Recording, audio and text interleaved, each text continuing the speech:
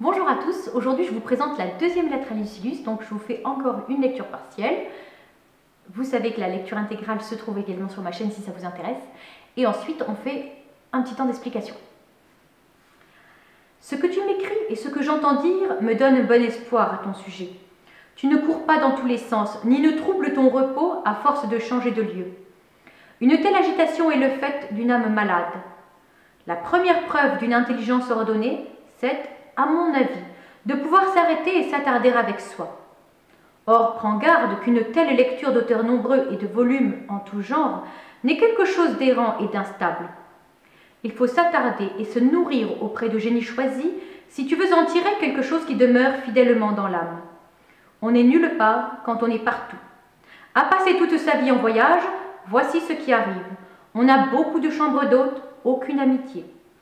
Le même sort attend nécessairement ceux qui, au lieu de s'attacher intimement à un génie, traversent toutes les œuvres en se hâtant de courir.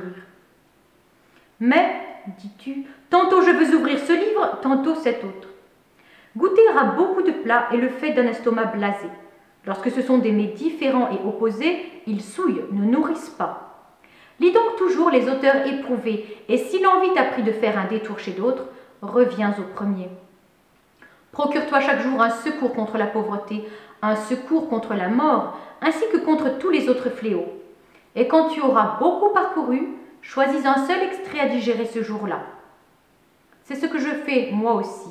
Entre plusieurs textes que j'ai lus, j'attrape quelques citations. Voici celle d'aujourd'hui que j'ai trouvée chez Épicure. C'est une chose honorable, dit-il, qu'une pauvreté joyeuse. En vérité, elle n'est pas pauvreté si elle est joyeuse. Ce n'est pas celui qui a peu, mais celui qui désire plus qui est pauvre.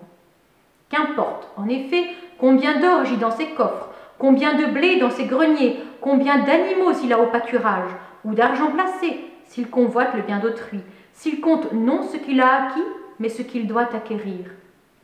Tu demandes quelle est la mesure de la richesse? La première, posséder ce qui est nécessaire. La deuxième, ce qui est suffisant. Porte-toi bien. Alors, j'espère que cette lettre vous a plu. Moi, je trouve qu'elle est passionnante. Alors ça, je ne vais pas le dire à chaque fois parce que vraiment, ça va finir par être redondant. Mais ce qui m'intéresse beaucoup, en plus avec cette lettre, c'est qu'elle intervienne après la première qui parle du temps. Parce qu'il me semble qu'il y a là les deux faces d'une même pièce. Pourquoi? Eh bien, parce que dans la première, on parle du temps et du temps qui va nous permettre d'accomplir notre mission de vie.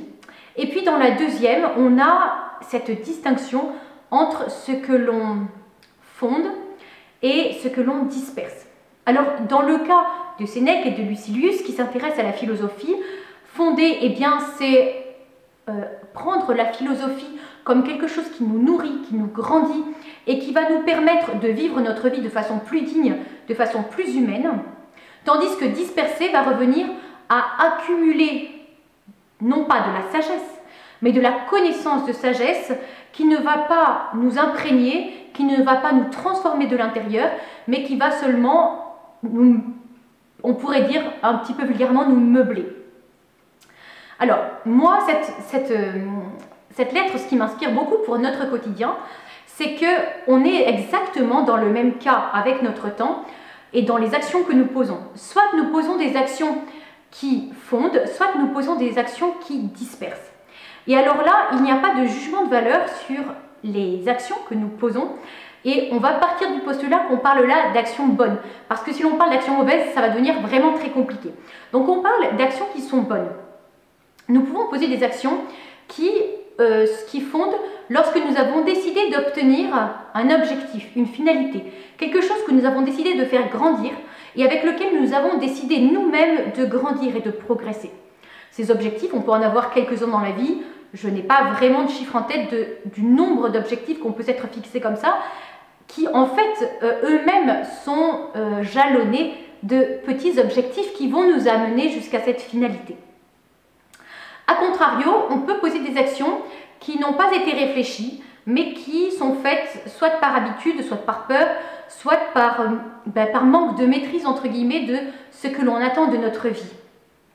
Alors ces actions, comme je vous le disais, on part du postulat là qu'on parle d'actions qui sont bonnes, et quelque bonnes qu'elles soient, quelque belles qu'elles soient, si on pose des actions qui dispersent, on ne va pas, entre guillemets, investir dans ce que nous avons décidé de faire dans notre vie.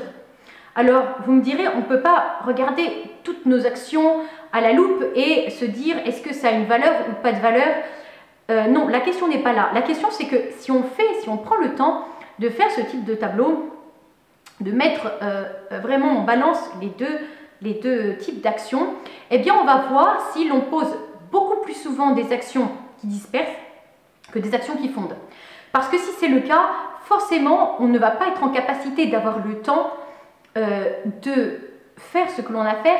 Et si cela ne nous prend pas de temps, mais seulement, par exemple, de l'énergie, parce que, par exemple, c'est un temps qui, dans tous les cas, est dévolu au transport ou à des temps d'attente, et que l'on se dit, ben, finalement, cette action, elle n'a aucun intérêt, mais elle n'impacte pas mon temps. Si, parce qu'en fait, tout ce qui rentre en nous, soit il nous fait grandir, soit il va nous disperser. Là où je trouve que c'est un exercice intéressant, c'est que ça va aussi mettre en exergue nos difficultés et nos failles. La plupart du temps, lorsque nous passons du temps à des actions, quelque belles qu'elles soient, mais qui n'ont qui n'ont pas de place dans nos valeurs et dans ce que l'on a décidé de faire grandir en nous-mêmes, eh bien, c'est qu'il y a là la place d'une faille. Alors, cela peut être, par exemple, la peur de ne pas correspondre à ce que l'on attend de nous. Voilà, je fais telle action parce que va penser la société si je ne fais pas tel type d'action. Cela peut être également la peur d'être face à nos propres défis, de se dire mais je ne suis pas en capacité de faire certaines choses et je me voile la face en faisant plein d'autres qui n'ont en définitive rien fondé dans ma vie. Ça peut être aussi eh bien, un enthousiasme un peu désordonné qui fait que l'on fait tout type d'action sans vraiment réfléchir, que l'on n'est pas en train de progresser et de grandir, mais qu'on accumule juste une série d'actions qui ne vont pas nous permettre d'évoluer personnellement. Donc, je trouve que ce tableau peut être vraiment intéressant à faire. Et ce que je trouve bien aussi, c'est qu'on n'est pas dans la distinction bien-mal et on n'est pas non plus dans la distinction ce que je fonde, c'est de l'ordre de l'être et ce que je disperse, c'est de l'ordre du faire.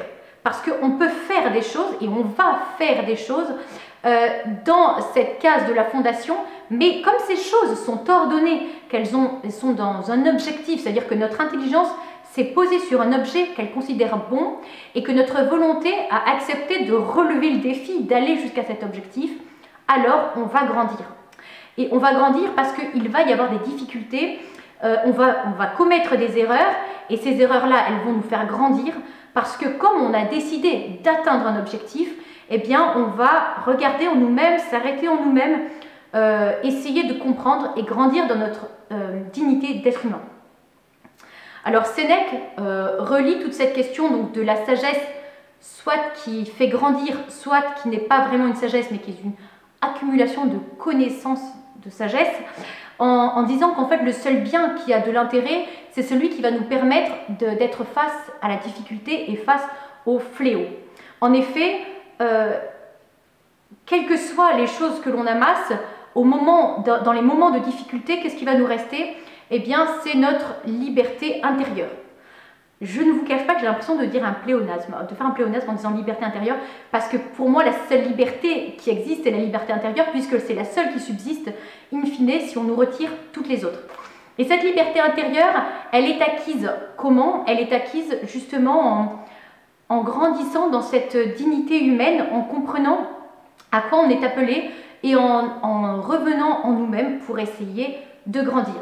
Alors c'est vrai que quand on a amassé des choses et que l'on est content de les transmettre un jour aux générations qui viennent, mais si on a amassé quelque chose que nous n'avons pas fait grandir, eh bien, qui ne nous a pas fait grandir, avec lequel nous n'avons pas grandi et que nous n'avons pas fait fructifier, même si nous avons fait beaucoup de choses, il restera quand même quelque chose de vide. Donc cette liberté qui en fait, que l'on appelle liberté intérieure, on l'acquiert avec cette sagesse qui, même si on ne met pas des mots dessus, en fait, va s'acquérir progressivement quand dans notre quotidien, on va relever les défis en acceptant d'aller au bout de nos objectifs au bout de ce que l'on a considéré comme être les vraies valeurs qui nous faisaient grandir et qui nous faisaient grandir dans notre humanité, dans notre dignité humaine. Donc voilà, j'espère que cette lettre vous aura inspiré, j'espère que ce tableau vous aura intéressé. Personnellement, j'aime énormément faire le point parce que cela ne me dérange pas beaucoup, je ne vais pas dire d'avoir quelques actions qui dispersent, mais j'essaie d'en avoir un minimum parce que, en définitive, on a tellement de belles choses à faire dans notre vie et dont on parlait du temps qui ne nous manque pas, mais au final auquel on manque. Eh bien ce temps-là est très précieux et si on arrive à faire l'état des lieux de ce que nous avons, des valeurs qui nous nourrissent et de ce vers quoi on va, eh bien on va pouvoir fonder de très belles choses et ces très belles choses qui vont nous transformer de l'intérieur, elles vont nous permettre dans les temps difficiles, face au fléau dont parle Sénèque, eh bien de traverser les difficultés en étant grandi et non pas en étant un petit peu vide et abattu. Voilà, et bien écoutez, si ce tableau peut vous inspirer, surtout dites-le moi. Si cette lettre vous a intéressé, dites-le moi. Et parce que ça me fera vraiment très plaisir. Si vous avez des questions, des choses que vous voudriez approfondir, eh bien je serai aussi très heureuse de vous y répondre. Et en attendant, je vous dis à bientôt pour la 3e lettre dans quelques jours.